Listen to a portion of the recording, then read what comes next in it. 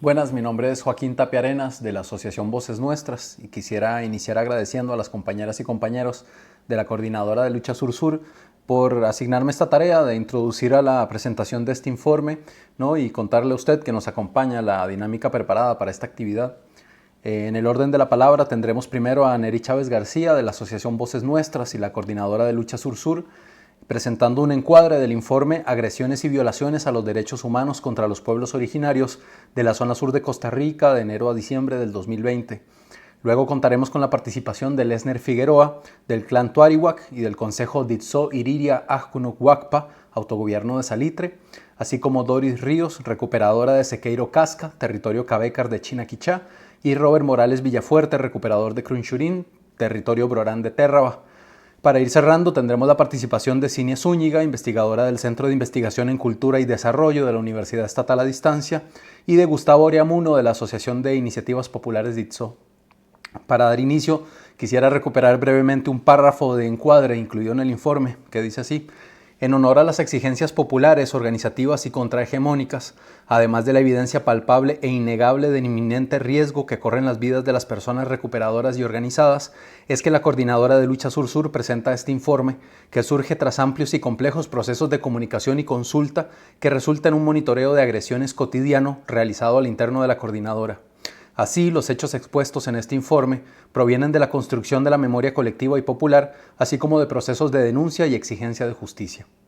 Sin más, agradecemos nuevamente su interés por conocer este informe de agresiones y violaciones a los derechos humanos contra los pueblos originarios de la zona sur de Costa Rica de enero a diciembre del 2020. Iniciamos con un pase a Neri Chávez. El informe de agresiones y violaciones a los derechos humanos contra los pueblos originarios de la zona sur de Costa Rica es un ejercicio de memoria política popular que se da en el marco de la Coordinadora de Lucha Sur-Sur, que es una organización, un espacio de encuentro de distintas organizaciones de pueblos originarios y también campesinas que habitan la zona sur de Costa Rica y que tienen una agenda política en relación a la defensa de la tierra, propiamente de la tenencia ilegal y también distintas estrategias extractivas por parte del Estado y otros particulares. Este esfuerzo, este informe justo proviene de los procesos organizativos de las comunidades que están inmersas en procesos de recuperación de tierras, territorios y también en la construcción de autonomías territoriales y políticas. En ese sentido, son organizaciones y pueblos las que forman parte de la Coordinadora de Lucha Sur-Sur y que comparten información cotidianamente, y a partir de eso se construye un monitoreo de agresiones cotidiano de las agresiones contra los pueblos originarios que están inmersos justo en la defensa de la tierra y los procesos de recuperación. En ese sentido, forman parte de este informe los pueblos Cabécar de Chinaquichá, Bribri de Salitre e Iriria Bribri Sacá, conocido como Cabagra, y Brorán de Terra. En ese sentido, es fundamental reconocer este ejercicio político como un ejercicio de construcción de memoria y, por tanto, un aporte a la memoria histórica general del país, sobre todo a la memoria desde abajo de los distintos movimientos populares, y que por sí es un aporte invaluable y, por tanto, legítimo. Las bases políticas jurídicas del informe corresponden justo a ese respeto profundo que existe dentro de la Coordinadora de Lucha Sur-Sur con los pueblos originarios y las organizaciones propias de esos pueblos que participan activamente en la Coordinadora de Lucha Sur-Sur, un respeto a la cosmogonía y a la cosmovisión, y a partir de eso la certeza política y también espiritual sobre a quién pertenece la tierra dentro de esos territorios y en general a los territorios de esa geografía que es conocida hoy como Costa Rica y que pertenece a los pueblos originarios, y que a partir de ahí también está en sintonía con el marco legal al que se encuentra inmersa Costa Rica, como el Convenio 169 y la Ley Indígena de 1977 de Costa Rica. Con respecto a las principales agresiones que logramos identificar a partir del monitoreo de agresiones durante el 2020, contamos con 85 incidentes de seguridad o hechos de violencia contra los pueblos originarios. Por incidente de seguridad o hecho de violencia reconocemos primero un momento de diferencia de poder entre los terratenientes y los pueblos originarios, una relación desigual de poder que se manifiesta además en posiciones políticas profundamente antagónicas y que desembocan en situaciones de violencia y agresión contra los pueblos originarios. De esos 85 escenarios de violencia se desprenden 27 formas de agresión contra los pueblos originarios y donde identificamos a 14 personas lideresas de estos pueblos amenazadas de muerte en este momento. Es decir, solamente en el 2020, 14 personas lideresas de los pueblos originarios y de distintos procesos de recuperación de tierras, territorios, están amenazadas de muerte al día de hoy. Con respecto a los picos, el más importante es justo la escalada de violencia nombrada así por la Coordinadora de Lucha Sur-Sur, en vista de que no existe un escenario violento y tenso políticamente, al menos en la historia más reciente de Costa Rica, donde en febrero tenemos un pico de 33 y pasamos a 59 a marzo. Esta escalada es únicamente detenida por el brote pandémico del COVID-19 que atenta directamente con la forma en cómo se venían organizando los terratenientes y ejerciendo la violencia contra los pueblos originarios. También en este pico, y que justo inicia en el territorio Brorán de Terra a partir del ataque de una turba contra distintos procesos de recuperación que se dieron ese día, simultáneamente, y que justo al día siguiente, el 24 de febrero, es asesinado el líder Brorán Jerry Rivera, el segundo líder indígena en Costa Rica, asesinado en menos de un año. El siguiente pico corresponde a mayo con 23 hechos de violencia, inflado principalmente por la insistencia de ingresar el ganado a Sequeiro Casca, una de las territorios del territorio Cabecar de Chinaquichá por parte de Gilbert Fernández. Y el tercer pico más importante corresponde justo a septiembre y octubre, pasando de 16 hechos a 21 en octubre, en respuesta a la recuperación de tierra-territorio que se da en Chinaquichá, nombrada como Yubi Cenaglo y en detrimento de Miguel Vargas Mata. Los principales tipos y cantidad de agresiones contra los pueblos originarios: el amedrentamiento y el hostigamiento de parte de los finqueros, invasiones a recuperaciones, amenazas agravadas de muerte, que en este caso, por ejemplo, tenemos cantidad 25 veces, que ocurrió 25 veces contra distintas personas, pero directamente esas amenazas, 14 fueron dirigidas a las 14 personas que mencionábamos anteriormente. Y posteriormente los incendios provocados, que es la acción más representativa durante la escalada de marzo, y el ingreso de ganado a las distintas recuperaciones de tierra-territorio. Entre los territorios más agredidos por parte de finqueros, y ya veremos otros actores, está el territorio de Chinaquichá, principalmente, seguido por el territorio Bribri de Salitre, Terraba y Iriria, Bribri, Sacá. En cuanto a la insistencia de agresiones, los principales actores, si sumamos a cada uno de los terratenientes que están evidenciándose en el informe como los más recurrentes en agredir a los distintos pueblos y comunidades, va a dar un dato superior a la fuerza pública, pero la fuerza pública es ese actor estructural y sistémico por parte del Estado que atenta contra la lucha de los pueblos originarios. También está la Guardia Negra, la ADI, que fue justo denunciada en el marco de la escalada de violencia de febrero a marzo por una serie de acciones en detrimento con el pueblo Bribri que habita ese territorio, y que es impulsado, que es respaldado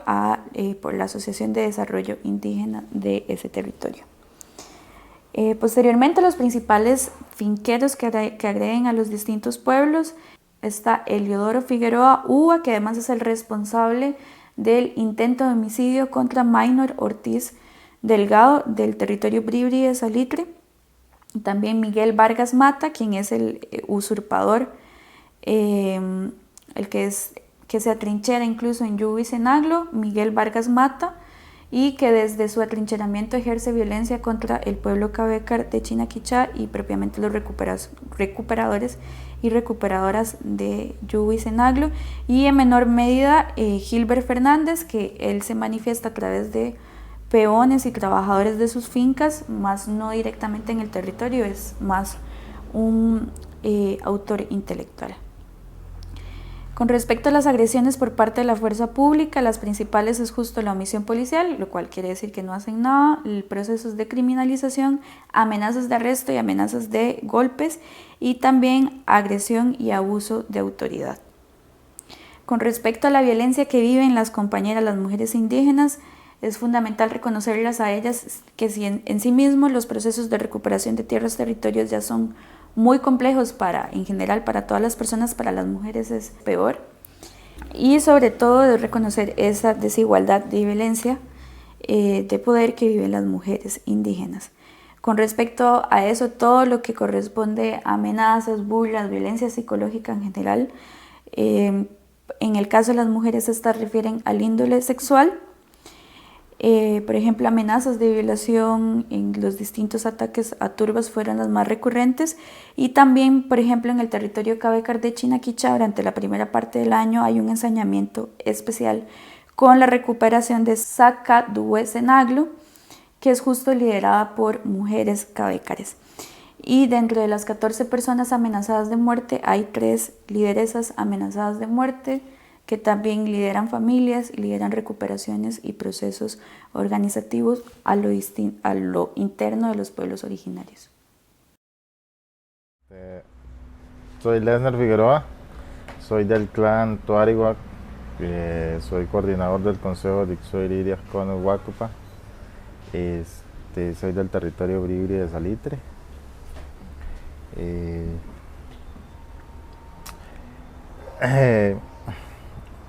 Primero quisiera decir que a pesar de los tiempos que han pasado, ¿verdad? Al día de hoy seguimos teniendo los mismos problemas que hemos tenido desde que empezamos con las recuperaciones de tierra. Y este año que pasó ha sido un poquito difícil para nosotros porque se ha incrementado un poco más los problemas que hemos tenido. Hay varios incidentes que quisiera pues decirlo. Primeramente tenemos un compañero, ¿verdad?, que fue baleado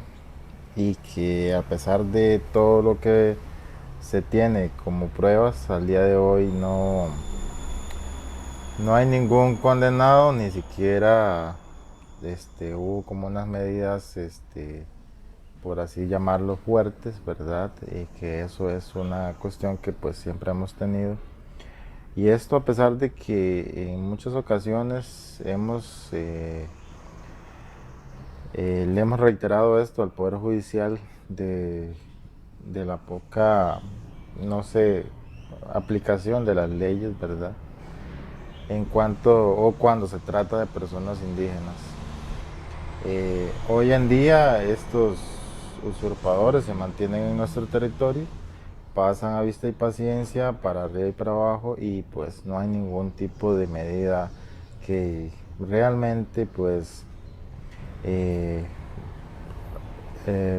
asegure la vida de los compañeros. Luego, y yo diría que relacionado, ¿verdad?, tenemos lo que es la petición de archivar el expediente del compañero Sergio Rojas, ¿verdad?, que fue nuestro líder que fue asesinado, que más allá de querer buscar algún culpable, ya sea intelectual o material, más bien el tribunal quería pues archivarlo, ¿verdad?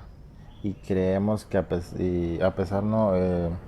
creemos que por la presión que ha ejercido la comunidad y todas las organizaciones en cuanto a este expediente, pues fue por eso quizás que el tribunal decide seguir la causa, pero aún así no creemos que vayan a determinar al final si hay algún culpable, porque desde un principio teníamos claro que las autoridades no querían, desde nuestro punto de vista, no querían encontrar algún culpable porque ponían muchos obstáculos en cuanto a lo que eran las pruebas y demás, de que el terreno es difícil, de que no se sabe dónde, cómo, cuándo, ni nada. Entonces, desde ese momento vimos que el Poder Judicial más bien trata de esquivar este tipo de asuntos con respecto, ¿verdad?, al expediente del compañero, y que después del pasado el tiempo vimos que efectivamente eso era lo que querían hacer, ¿verdad?, estimando este expediente. Además de esto, ¿verdad?, los usurpadores que siempre hemos tenido y que aún están, son los mismos que nosotros hemos escuchado que están involucrados en todo. Entonces, la justicia no actuó, y hoy en día más bien se están fortaleciendo, porque desde el año pasado empezaron a crear grupos entre ellos, y poco a poco los vimos como empezaron a tener reuniones y empezaron como a lo que llamamos nosotros motivar y alimentar el odio hacia los pueblos indígenas basados en argumentos falsos. Y al día de hoy, pues tan solo iniciando el año ya vimos movimientos sumamente peligrosos contra los pueblos indígenas ante la inacción del Estado. Entonces diríamos que con solo estas pequeñas muestras de la inacción del Estado, ¿verdad?, con dos cositas, vemos cómo más bien eso hace que la movilización de los usurpadores se haga más fuerte, al ver que no hay justicia, nadie es castigado, y al grado en que estamos hoy, estamos pues sumamente desprotegidos, porque en caso de Salitre, no solo ya no hay fuerza pública, sino que ahora también el Poder Judicial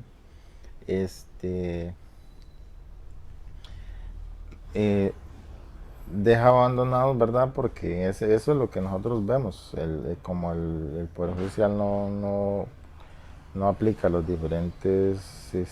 instrumentos jurídicos que protegen a los pueblos indígenas. De eso es como un mensaje claro: hagan lo que ustedes quieran, maten los indígenas, y que nosotros no vamos a hacer nada. Entonces, pues eso es como algo que nosotros, pues casi que desdichadamente lo podría decir, estamos acostumbrados a esto, pero bueno, quisiéramos seguir adelante y lograr un cambio para poder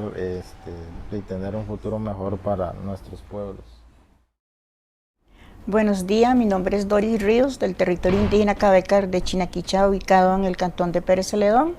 Es el único territorio que existe en este cantón y provincia San José. Chinaquichá tiene una extensión de 1.100 hectáreas, restablecido en el 2001, pero reconocido como territorio por ley en el 56 y derogado en el 82, y en el 2001 se restableció de nuevo como territorio. Como pueden ver, tenemos una particularidad de haberse derogado y restablecido. Y en el 2018 se empieza una lucha por las recuperaciones de las tierras, porque la situación en Chinaquichá era de carencia, de necesidad, y que en el mapa aparecía como territorio indígena o como reserva indígena, pero en la realidad la situación era otra. Las tierras estaban en las manos de terratenientes, grandes empresarios. Ahorita tenemos como al dueño de Gafeso de Mosó, tenemos otros marines que también son dueños de universidades privadas, y así estábamos como presos, esclavos en nuestra misma tierra.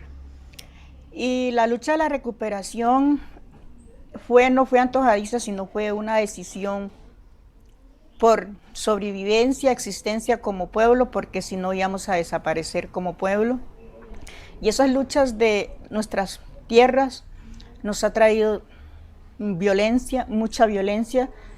Si bien es cierto, ya las luchas de las tierras se estaban viviendo en otros territorios, que estábamos viendo que la violencia era demasiado fuerte, a veces uno no lo entendía hasta que hasta que el pueblo inició las recuperaciones de tierra, la realidad que todavía vivimos a pesar de este siglo XXI, seguimos viviendo la misma violencia de las conquistas en aquellos tiempos, donde hay amenazas, donde hay de todo. En el 2020 fue el año más violento, yo creo que en todos los territorios, y Chinaquichá no fue la excepción. Empezamos en enero con momentos de violencia, y luego en marzo, la primera semana de marzo, se empezó a ver, en ese momento se estaba viendo que en Buenos Aires se estaba viendo esas violencias de los terratenientes que llegaban y hacían de todo en las fincas recuperadas y hasta en la misma comunidad. El 7 de marzo para Chinaquichá fue inolvidable, o va a ser inolvidable ese día, porque fue un día que realmente, porque tenemos un Cibú grande, no hubo muerte, pero pudo pasar porque hubo incendios. Días antes del 7, como 3 días antes, ya había incendios en la finca de Conojú, en la finca de Dués en Aglo. Ya estaban brotando como esas señas que iba a venir días fuertes. El 7 entraron como más de 200 a 300 personas al territorio indígena, personas no de Chinaquichá, personas no de la comunidad, sino personas como de muchos lugares fuera del territorio, hasta de San José, Santa María de Dota, Pérez. Son personas que reclutaron los finqueros, los terratenientes, y los llevaron a agredir a las fincas donde estaban las personas recuperadoras, y quemaron casitas, ranchitos, cultivos, hubo amenazas, de todo. Y esto podemos ver, como ya los compañeros creo que lo han dicho, ya lo han repetido, es la inoperancia de un Estado, de un gobierno que viene violentando al no tener dos compañeros luchadores por las tierras, como Sergio, como Yeri, en total impunidad, que hasta el momento ahorita no tenemos nadie judicializado. Igual lo que pasó en el 7 de marzo, en Chinaquichá no hay nadie judicializado, todas las demandas más bien son archivadas, con la excusa que no hay prueba suficiente, que no hay testigo, nada más. Tenemos compañeros agredidos violentamente, amenazados, con las personas identificadas, pero se va a poner la denuncia y nada más avisan que fue archivada, por lo que ya digo, que no hay prueba suficiente. El 7 de marzo y el 8 de marzo también, y no se habla de esto, pero pasó que nos rociaron un tipo de químico a 2 recuperaciones, a Dués en Aglo y a Sequebro Casca, como a las 7, 8 de la noche. Se percibió un fuerte olor y inmediatamente las personas se veían afectadas con dolores de cabeza, con vómito,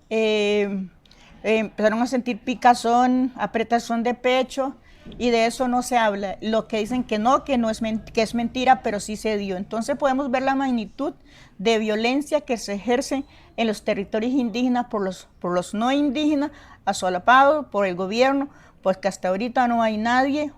juzgado. En Chinaquichá hemos tenido 2 momentos muy difíciles. Vemos el Poder Judicial, uno de los más violentos instituciones dentro de los territorios, con 2 desalojos, el desalojo de la finca de Conojú, el de Yihuizenaglo. Parece mentira, pero que el Poder Judicial pueda en estos tiempos, con las leyes tan claras que tenemos a nivel nacional y a nivel internacional, que nos tutela como pueblos indígenas, sigan dando esas clases de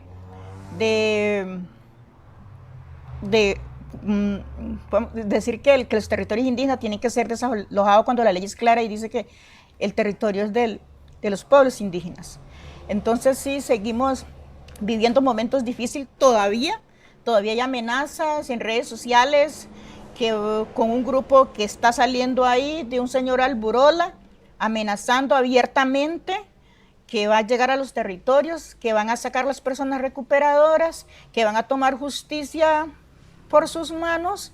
Y también ya vemos la Municipalidad de Pérez Celedón, ahora el 4 de mayo en su sesión del Consejo Municipal, donde vemos líderes de la Iglesia Católica dando ya su lado, digamos, totalmente, sin haber escuchado al pueblo indígena, sin haber estado en los territorios indígenas, como en este caso de Chinaquichá, sino ya acusando con palabras muy fuertes a los recuperadores de Chinaquichá. Entonces podemos ver que la violencia que sigue siendo la misma que hace 500 años, que seguimos viendo esas instituciones llamados a velar por los pueblos indígenas, a hacer que se cumplan las leyes, que son los primeros que violentan los derechos de los pueblos indígenas.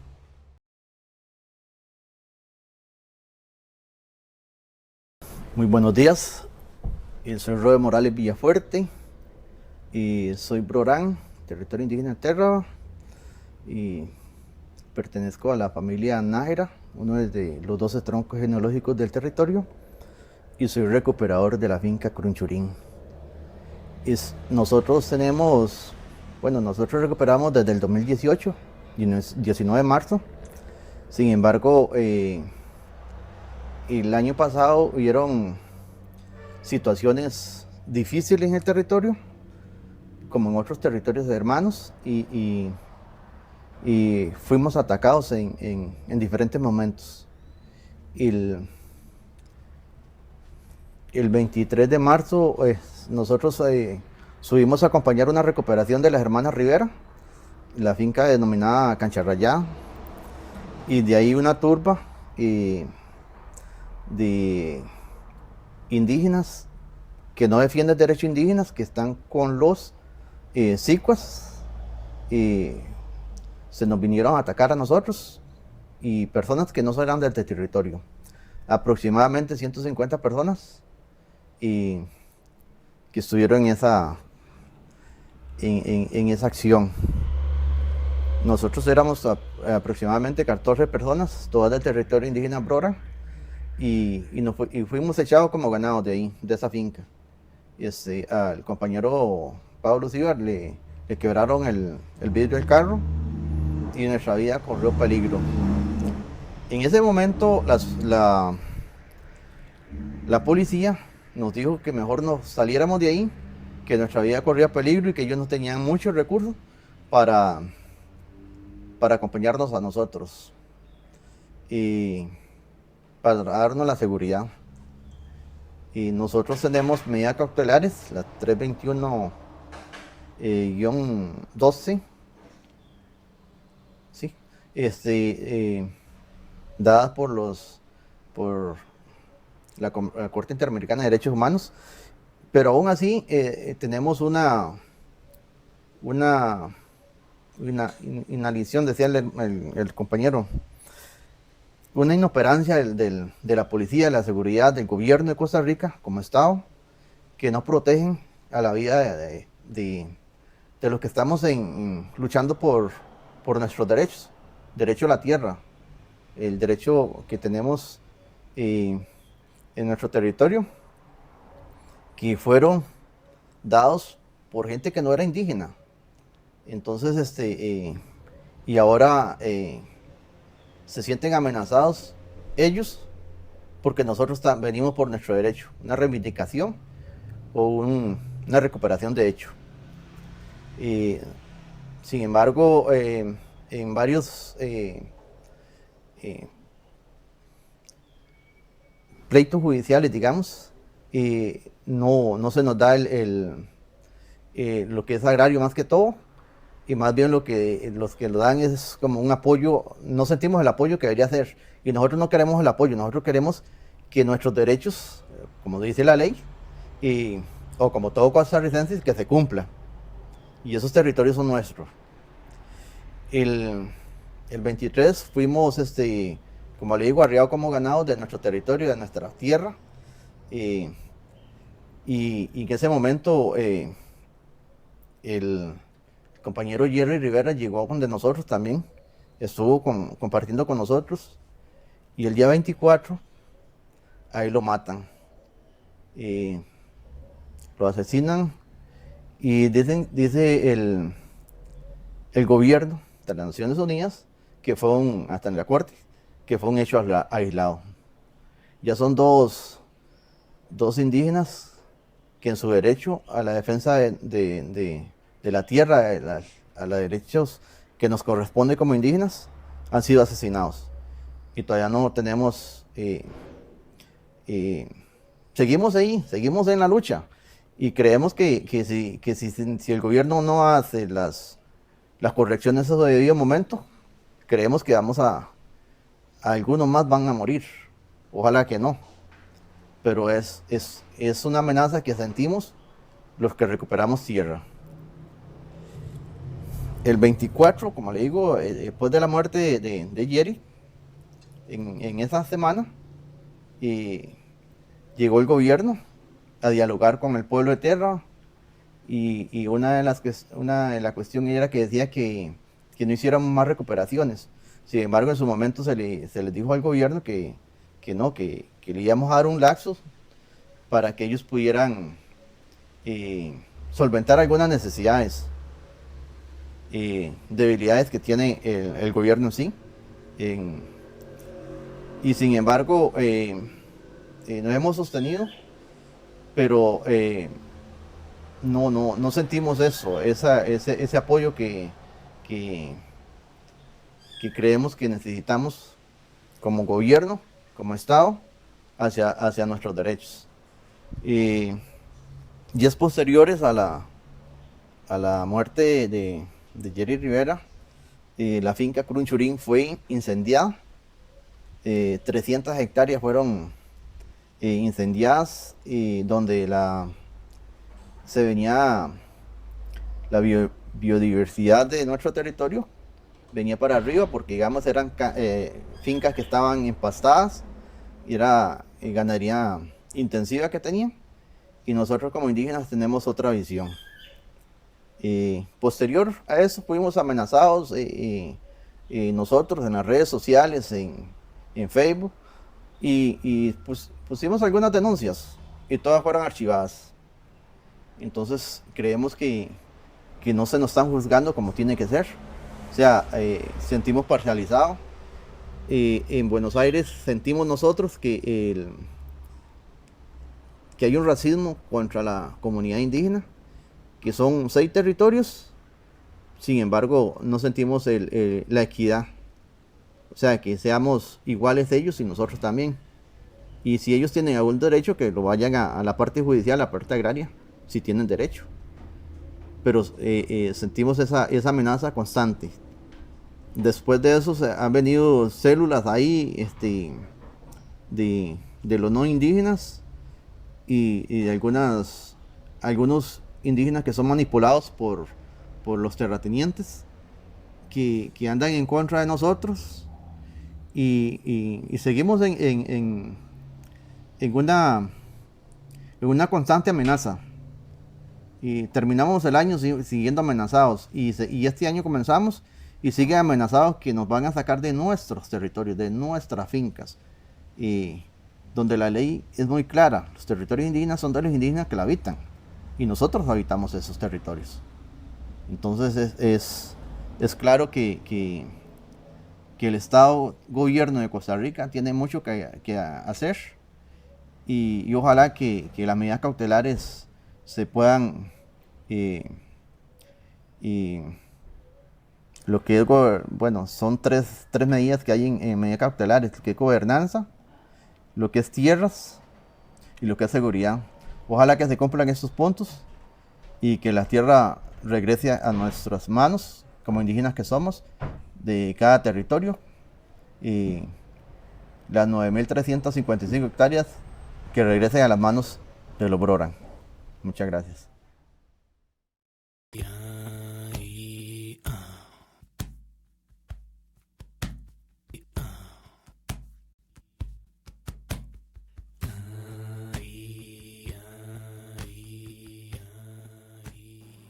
Continuamos en la presentación del informe de agresiones y violaciones a los derechos humanos contra los pueblos originarios de la zona sur de Costa Rica de enero a diciembre del 2020.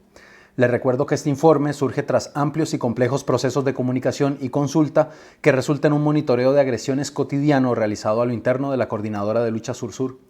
Como le comenté al inicio de esta presentación, todavía nos faltan 2 presentaciones más. Nos falta Gustavo Oriamuno de la Asociación de Iniciativas Populares DITSO, pero antes es el turno de Cinia Zúñiga, investigadora del Centro de Investigación en Cultura y Desarrollo de la Universidad Estatal a Distancia y del proyecto Conflictos Interétnicos en el Cantón de Buenos Aires de Punta Arenas.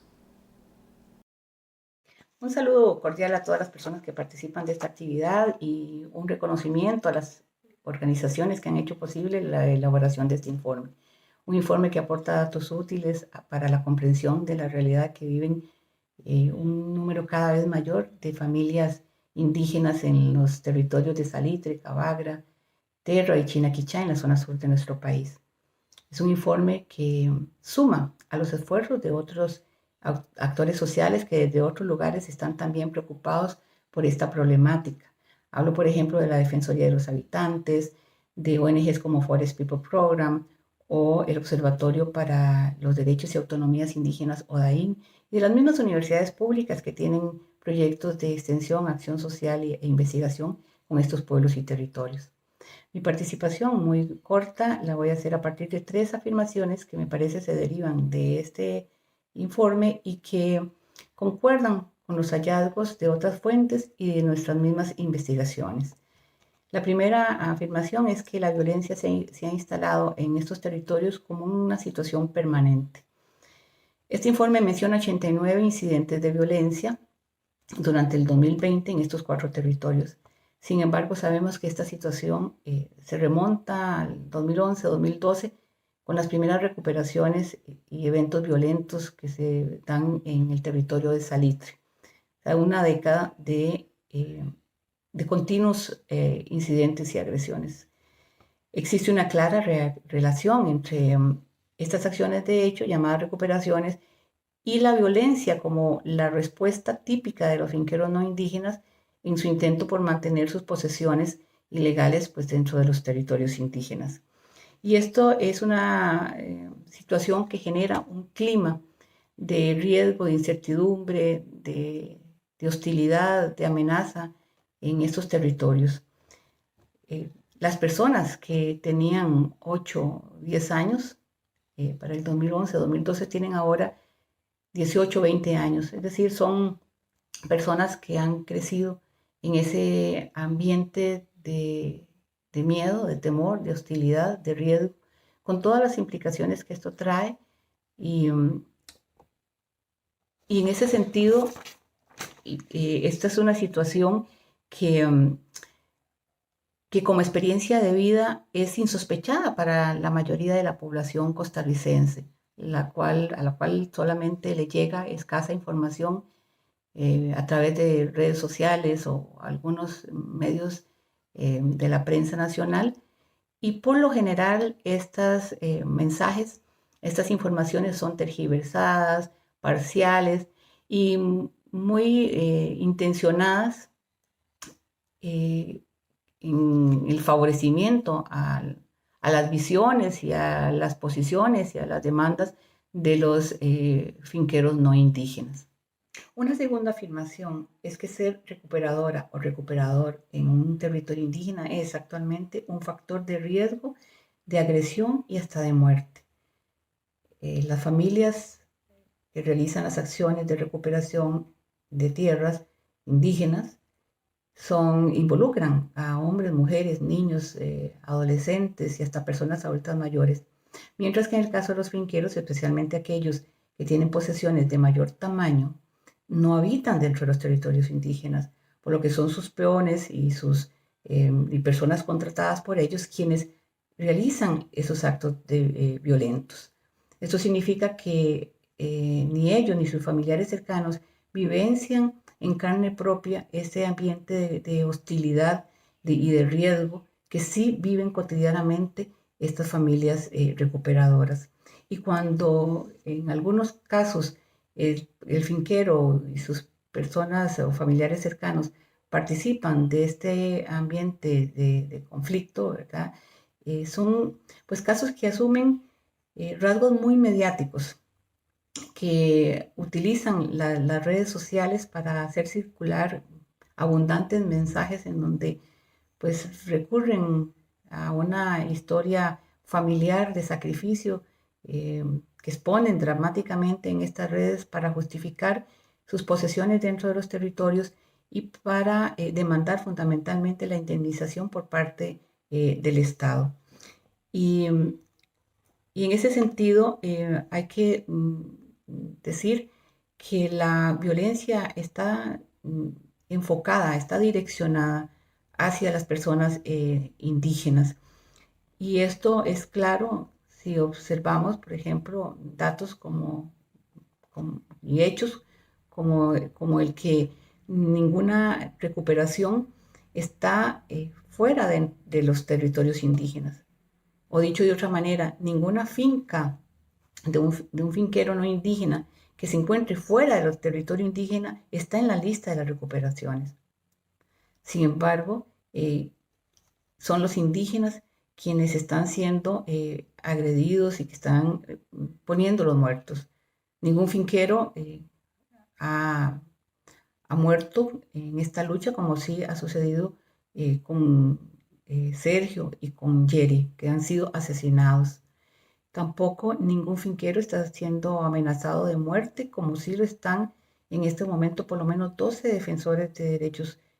humanos indígenas, mujeres y hombres. Tampoco ningún indígena hace alarde de tenencia de armas o ejecuta balaceras, como sí sucede por parte de finqueros o de personas contratadas por ellos que cotidianamente realizan actos como estos en los territorios indígenas.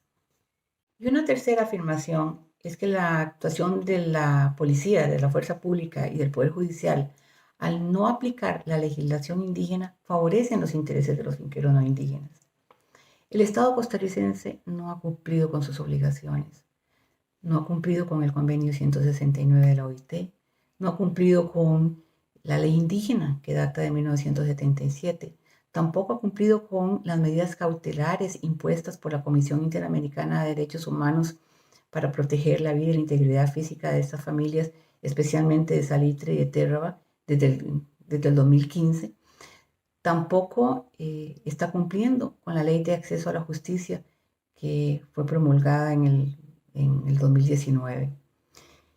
Las familias indígenas denuncian constantemente la complicidad con los no indígenas, la inoperancia y la incapacidad de respuesta de la fuerza pública, cuando no de agresiones directas, ¿verdad? Así como la falta de aplicación de la legislación indígena y de sanción a los agresores, y una dudosa y lamentable actuación por parte de algunos funcionarios de la Administración de Justicia que favorecen una y otra vez a los finqueros y que promueven una inversión ideológica de la realidad acerca de quién es el ilegal y a quién le asiste el derecho de posesión de la tierra de los territorios indígenas. Esto conduce irremediablemente a la total indefensión de estas familias y a un ambiente de impunidad que lesiona la seguridad de estas familias recuperadoras, pues naturaliza las agresiones e incentiva las amenazas de muerte, las difamaciones de sus líderes y las incitaciones a la violencia que realizan los propios finqueros o sus voceros sin ningún control ni sanción por parte de las autoridades encargadas de velar por la seguridad pública y por la aplicación de los derechos indígenas. Y para terminar, dos conclusiones generales. La primera es que el Estado costarricense, aunque se declare moderno y de derecho, cuando se trata de pueblos indígenas, mantiene una relación de colonialidad, la cual es naturalizada mediante el racismo persistente en todo el entramado institucional y también en la visión prevaleciente en la sociedad nacional, especialmente en los poblados cercanos a los territorios indígenas. Y de esta manera se estructura y se mantiene un círculo de agresión y de violación de los derechos de estos pueblos y territorios. A pesar de los avances en la legislación en el nivel normativo por parte de las últimas administraciones de gobierno, las cuales han continuado sumando leyes, decretos y directrices orientadas a la protección y derechos de estos pueblos, tales compromisos no se traducen de manera coherente y suficiente en acciones concretas y menos aún en acciones eficaces,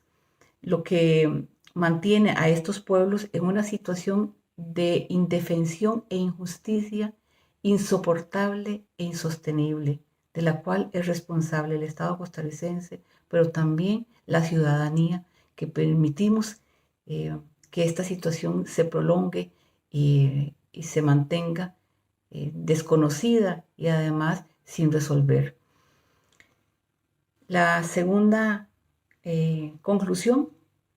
es que estas familias, las familias indígenas, las familias recuperadoras y los pueblos indígenas en este momento están demostrando una vez más su resistencia ante un sistema social que los oprime como pueblos culturalmente diferenciados. También muestran su resiliencia ante situaciones de injusticia, de agresión y de negación, no solamente de sus identidades, sino también de sus derechos, entre ellos principalmente sus derechos territoriales. También muestran la persistencia y la voluntad de demandar y reivindicar sus territorios y sus autonomías como pueblos y culturas preexistentes a la constitución del Estado costarricense y que se mantienen vivos como pueblos y que poseen experiencias, conocimientos y sabidurías que aportan riqueza y ofrecen alternativas para el desarrollo y el buen vivir, no solamente de sus propias generaciones, sino de toda la sociedad costarricense en general. Sí, sobre el informe de agresiones y violaciones a los derechos humanos contra los pueblos originarios de la zona sur de Costa Rica, que nos presenta la Coordinadora de Lucha Sur-Sur, hay que resaltar algunos elementos que preocupan y que se han venido manteniendo en el tiempo, lo que significa un gran peligro para la vida e integridad de los pueblos originarios de Costa Rica. Lo que se refleja muy bien en el informe es que en el 2020 se dio un aumento en la cantidad y formas y tipos de violencia contra los pueblos originarios de la zona sur. Tal cual se habla de una escalada de violencia durante los meses de febrero y marzo del 2020, especialmente contra los pueblos Brorán de Térraba y Cabecar de Chinaquichá. Este aumento en los hechos de violencia, en las agresiones, son perpetrados por personas claramente identificadas, por personas que cometen estos actos a través de organizaciones. Denota el actuar de estas personas que hay una planificación de los actos de agresión, de que hay un financiamiento en los actos de agresión, de que hay cabecillas que incitan a estas agresiones. Es así, para poner un ejemplo, los ataques, digamos, por medio de turbas, en el caso de Terra, durante el 23 y 24 de febrero del 2020, se habla de 100, 150 o hasta 200 personas que actuaron como una turba violenta en todo el pueblo de Terra. Tal es así que este ataque con turbas finaliza con el asesinato a tiros del compañero Jerry Rivera. Igualmente, días después, en marzo, a inicios de marzo, 6, 7 y 8 de marzo, más o menos, se da otro ataque, también por grupos de personas, de más de 100 personas que invaden prácticamente el territorio Cabécar de Chinaquichá y cometen varios actos delictivos como quemas de casas, agresiones físicas a personas, amenazas de muerte, quema de cultivos, etcétera, etcétera.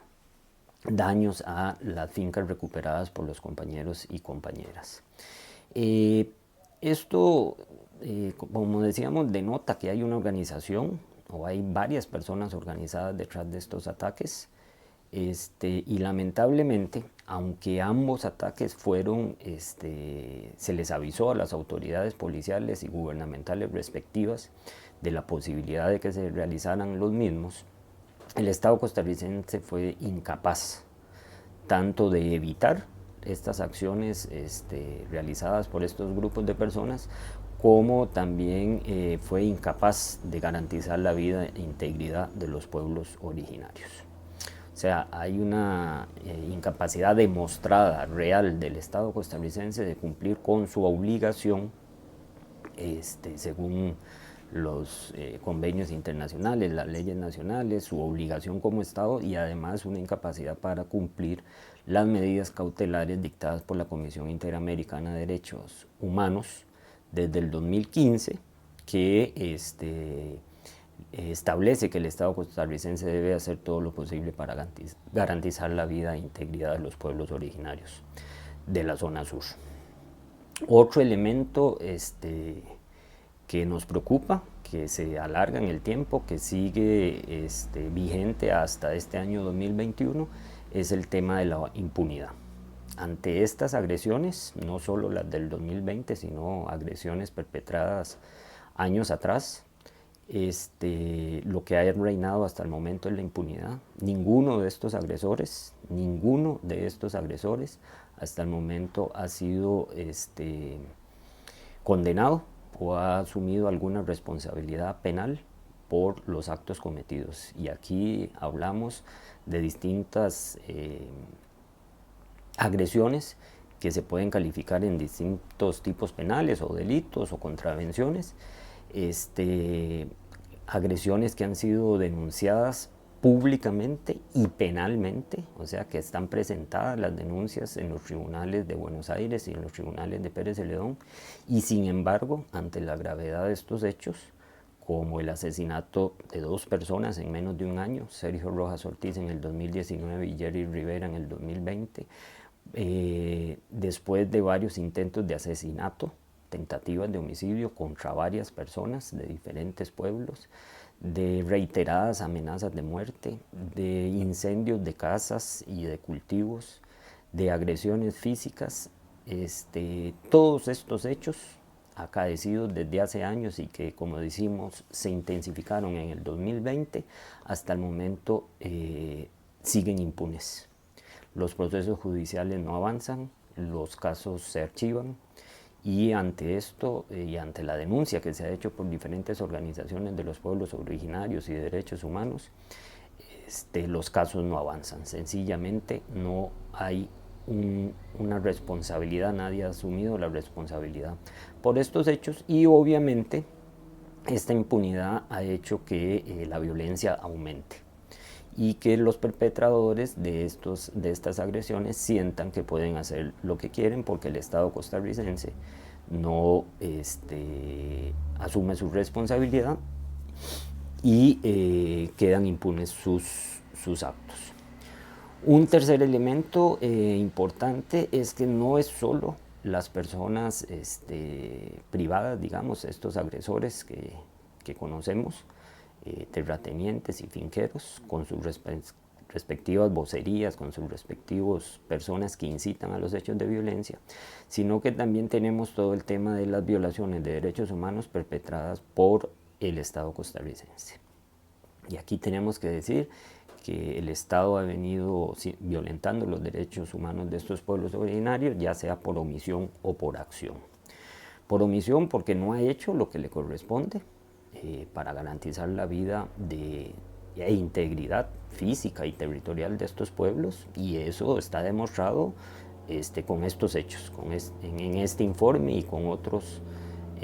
documentos y hechos que revelan que en lugar de disminuir la violencia contra los pueblos originarios, más bien ha venido en aumento,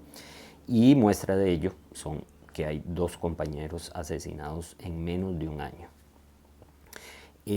Lo otro es que también el Estado costarricense, a través de la fuerza pública, del Ministerio de Seguridad, ha sido incapaz, demostrando una negligencia, una falta de diligencia en su actuar, y entonces muchos de estos actos de agresión perpetrados por personas privadas se han dado con el beneplácito y la complacencia y enfrente de personeros de la Fuerza Pública de Costa Rica. No solo el asesinato de Jerry se dio habiendo elementos de la fuerza pública muy cerca del lugar de los hechos, también estas agresiones de turbas y otras se han dado al frente de la fuerza pública. Y por otro lado, está el hecho preocupante de que en algunos actos es la fuerza pública la misma que agrede a los pueblos originarios, como en el caso de Chinaquichá, donde el año pasado se dieron por lo menos un par de incidentes donde la fuerza pública arremetió contra los pueblos originarios, agrediéndolos físicamente, tirándoles gases lacrimógenos,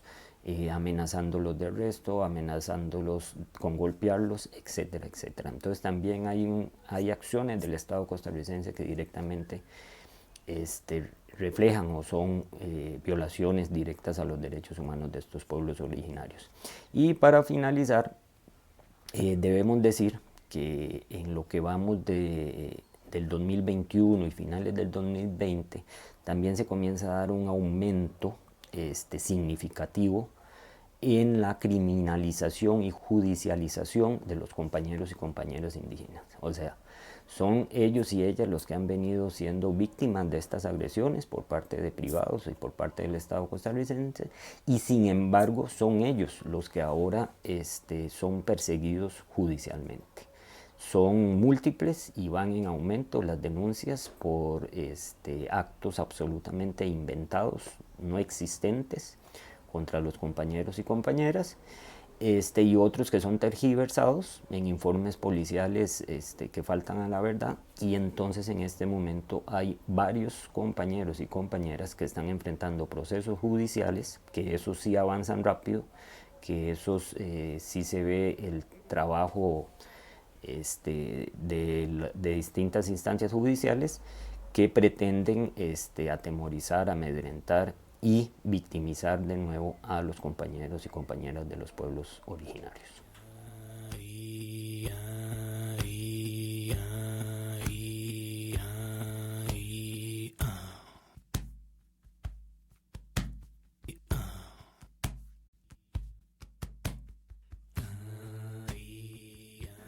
Llegamos al final de la presentación del informe de agresiones y violaciones a los derechos humanos contra los pueblos originarios de la zona sur de Costa Rica de enero a diciembre del 2020.